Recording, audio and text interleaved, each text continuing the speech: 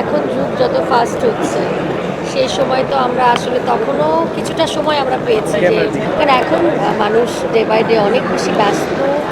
এখন তাদের সময় থাকে না, সবাই ম্যাক্সিমাম টাইম মোবাইল নিয়েই ব্যস্ত।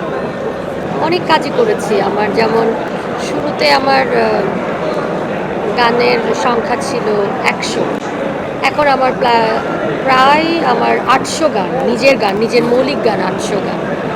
সো সব কিছু মিলিয়ে আমার অলমোস্ট স্টেজ, একটা শিল্পী বেঁচে থাকে স্টেজ।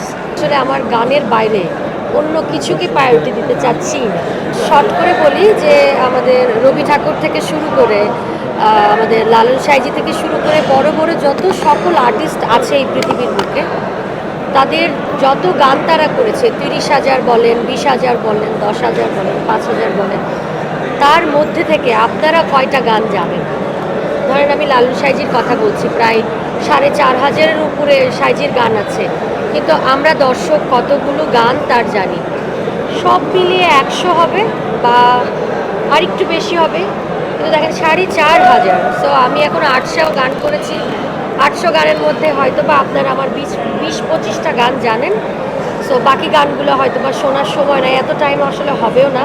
যারা একান্তই ভক্ত, মানে সব কিছু নিয়ে থাকে, টার্গেট নিয়ে থাকে যে আপু কী করছে না করছে, তারা একটু বেশি ভালো বলতে পারবে।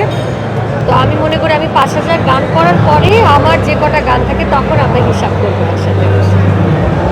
আমি আমার নিজের মৌলিক গানই করি, আমার নিজের গান গাইতে আমি পছন্দ করি। তবে হ্যাঁ, বাংলাদেশে সিনিয়র আর্টিস্ট যারা আছেন, যে গানগুলো আমার মনকে দোলা দেয় সেই গানগুলো আমি পারফর্ম করার চেষ্টা করি। বাউল গান, ফোক গান আমাকে সবসময় টানে, আমি শিকড়ের গান গাইতে পছন্দ করি। আর আমার ভালো লাগে, আমার দর্শকও এই গানে হয়তো বা আমাকে ভালোবাসে।